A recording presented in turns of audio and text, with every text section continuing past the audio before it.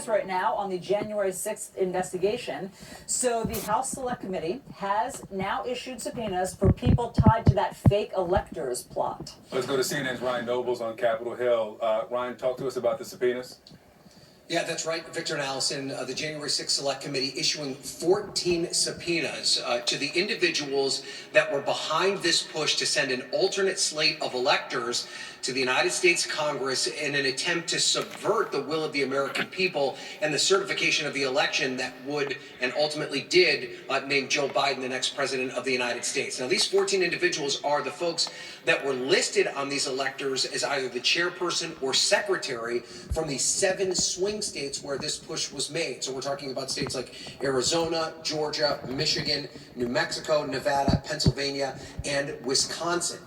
And these are not household names. These are not names that people that are even familiar with politics probably know on a day-to-day basis. But there are still some people that are very significant actors, people that play very prominent roles in the state parties in these various states. For instance, David Schaefer, he is the chairperson of the Georgia Republican Party. He was part of a lawsuit that was filed shortly before the certification of the election in an attempt to prevent Georgia's electors from being awarded to Joe Biden. Also, Michael McDonald, he's the current chairperson of the Nevada Republican Party. And then you have Andrew Hitt, who was a former Republican Party chairman in Wisconsin, and was also someone that served for the former governor there, Scott Walker. So what this shows is that the committee is taking this push very seriously. There have been some talk that this was just a symbolic effort from some of these Republicans, that there was never any real attempt to them to subvert the will of the people.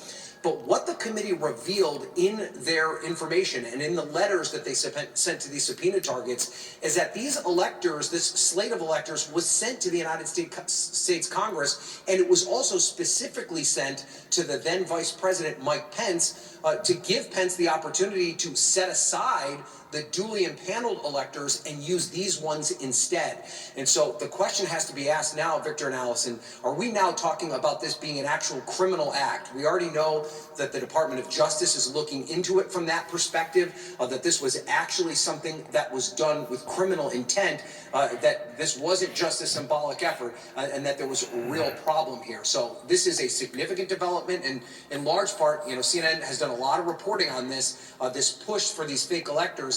And we should also point out there are a number of individuals that have already been subpoenaed that were directly tied to this, including the former mayor of New York City, Rudy Giuliani, who was serving as the president's personal attorney at that time. We have reported that Giuliani was essentially the ringleader of all of this. He was the one coordinating this effort between all these different Republican officials in these 7 states, getting them all together for what appears to be more and more like a tangible plan to subvert the will of the American people through this claim that the election was conducted fraudulently, which of course we have shown time and time again is just based in complete falsehoods. Victor and Allison. Ryan Nobles on Capitol Hill. Stay with us. I want to bring in now senior legal analyst Laura Coach.